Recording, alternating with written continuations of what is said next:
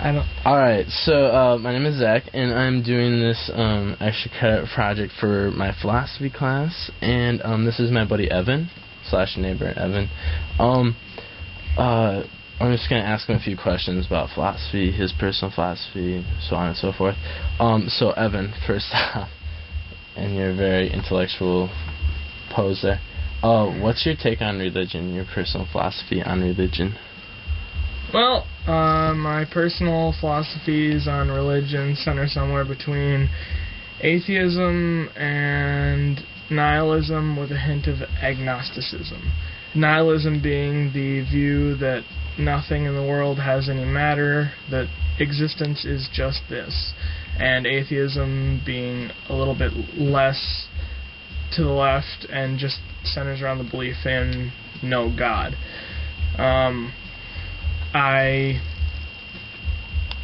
This view involves a lot of personal reflection that I came about with through my growth as a Christian in my formative years.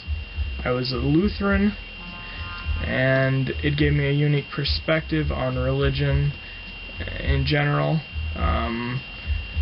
It led me to believe that religion is creation of man, and it is created to help us get through the fear of death, and help us get around the fears of non-existence.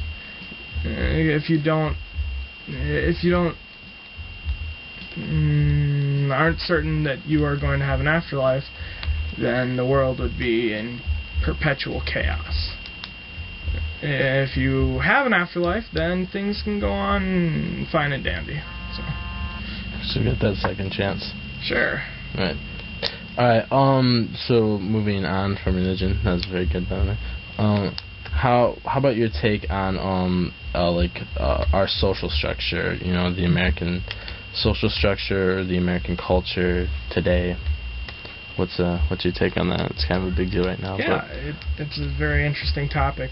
Well, the social structure we have here is a capitalist, and some would say it's not a caste system, but a system of movement. You got upward mobility in America. That's what we pride ourselves in saying, and there's definitely, in my opinion, I'm sort of a Marxist, which I'm gonna bash capitalism here, but I think that if you have competition, that's inherently going to unequal people. It's going to put people on different planes, and it's going to polarize people. And once you start that polarization, it becomes the society that we have today, and that is the rich and the poor. Yes, we have this middle class, but there may as well be a line right in the middle. These ones are rich, these ones are not so rich, and it's becoming more and more polarized as even this economic downturn, if we're calling it that,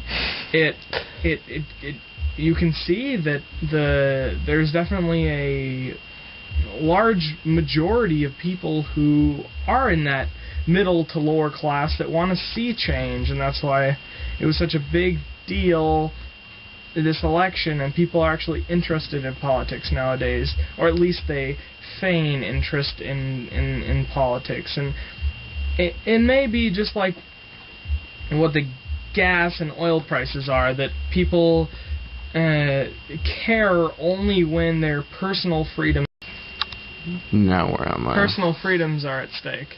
Like I was saying, they take their big SUVs and they drive them, but when the gas prices go up, they trade it in for a hybrid Prius, and they say that they want to go green, but when the gas prices go back down to $1.50, they sell their Prius to the highest bidder, and they get their SUV back because it's time to drive. The gas prices are down. And vicious circle. They'll never go back up.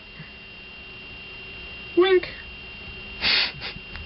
Yeah, so Do you have any more questions? Yeah, so what was that? That was kind of American.